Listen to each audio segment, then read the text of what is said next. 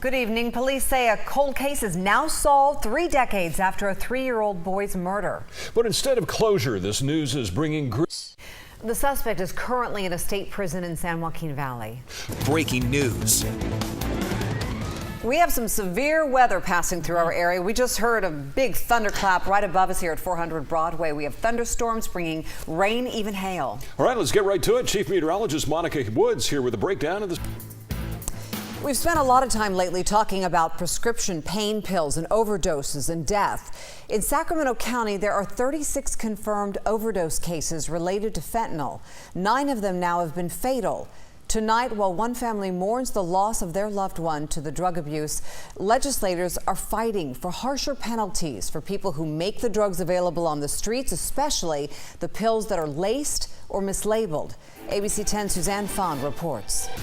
Health officials say there are 18 suspected overdose cases in San Joaquin County that could be tied to fentanyl. None of those have been deadly. Hospitals throughout the region are now on alert for similar cases.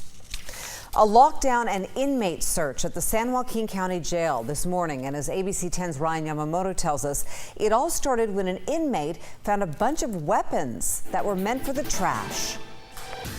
First tonight, prescription pills nabbed from a Ripon pharmacy. The suspects caught just minutes later, thanks to the actions of an alert customer. Only tonight on ABC 10, the Golden State Warriors find themselves in, just a very precarious situation tonight. Many expected the Warriors to make it back to the NBA Finals, but instead, they're one loss away from elimination. ABC 10's Pierre Nugent joins us live in Oakland. And Pierre, what's the mood there among fans? They have to be pretty anxious. At night. A Central Valley man went to great lengths to find George, his missing tortoise. We'll tell you everything that went into finding George and whether the mystery of where George went had a happy ending. Plus, 420 is their time to get together and smoke pot. Well, 45 years later, it is a nationwide observance to celebrate cannabis culture. ABC 10's Dave Marquis has a look at the day in California.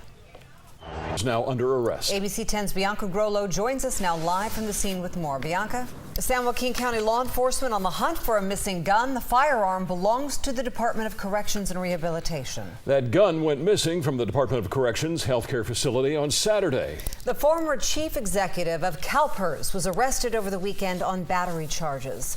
Fred Buenrostro is already facing time in federal prison related to a pension fund corruption scandal.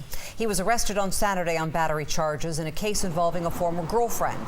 It was Buenrostro's second battery arrest this year. He's scheduled to be sentenced next month in a federal corruption case. He pleaded guilty to taking more than $250,000 in bribes in a pension fund corruption scandal back in 2014. The 66-year-old former CalPERS CEO could get 5 years in prison for that. It seems like such a simple question. Should my kid play football? But when your kid's health is at stake, answering that question is anything but simple. Tonight, we're here to help. You've heard of professional football players and concussions. Some suffer symptoms like depression or confusion, dementia. Sometimes it gets so bad they take their own lives. As parents hear about these risks, many aren't sure what to do, especially when their kid is begging them to play. So are you ready to verify this? Should my kid play football? What parents need to know in just a moment. But first, let's check in with Monica. It's pretty chilly out here tonight, Monica, and I know there's a big change coming. In our Late News Tonight Verify segment, we're talking about concussion.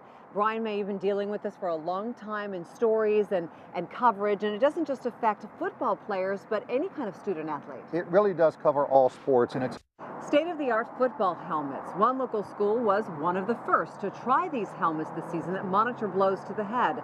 So how did they hold up? California, the only.